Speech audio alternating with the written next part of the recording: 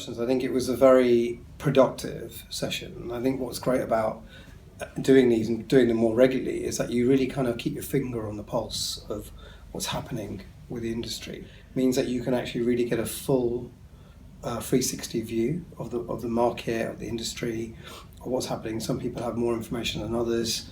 And I think in those sessions, as it kind of loosens up a little bit, people are very willing to share all, what their experiences have been or what their fears are for the future. I'm always conscious of kind of almost being a bit of a lone ranger, especially in what I do as a chef and a consultant. And often I'm just kind of working on my own. And it's nice to know that there's almost this kind of external team around me. Firstly, the growth that we've been enjoying in that sector is pretty amazing. I think that what we have to look forward to is being able to control a lot of the hype and a lot of the false hype that comes around that industry. There's a lot of education, so the opportunity probably is how we can educate people better. And I think the natural products and a lot of people in that room are best placed to be able to educate people about natural products.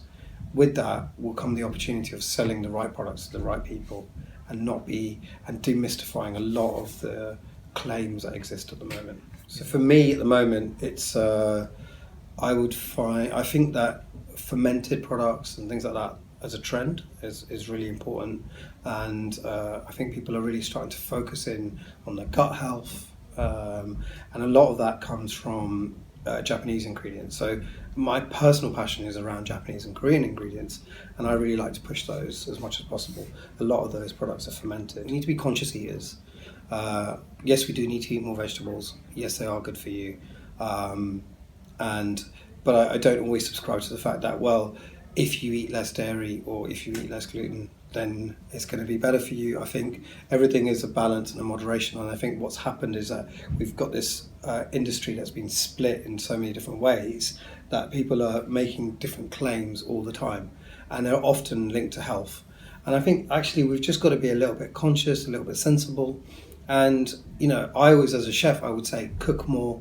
Actually, there's nothing better than being at home, going to your greengrocer, you're going to wherever you buy your vegetables from or your ingredients from, getting something that's interesting and then just cooking with it. There's nothing more healthy than cooking together with people or eating together with people. There's nothing more interesting than that adventure of taking ingredients and turning them into something. Whether it looks perfect or doesn't, it doesn't matter. Cooking with your kids or cooking with your family and then eating with them together. Actually, that's the healthiest thing you can possibly do. Okay, so this year, it's actually mainly, for me, it's going to be about opening a couple of new sites. So I'm opening a new plant-based concept this year around summer, and then subsequently working on my own concept, which is based around Japanese and Korean food. So fast casual dining kind of concepts, and not necessarily vegan or vegetarian or gluten-free even, but there's gonna be a balance like there always is in all the food I like to try and make. But yes, that's my year, and but I'll still be working on the natural food kitchen as a host this year, and writing a lot more as well. So I think it's going to be a fun year for me, a bit more relaxed than other years.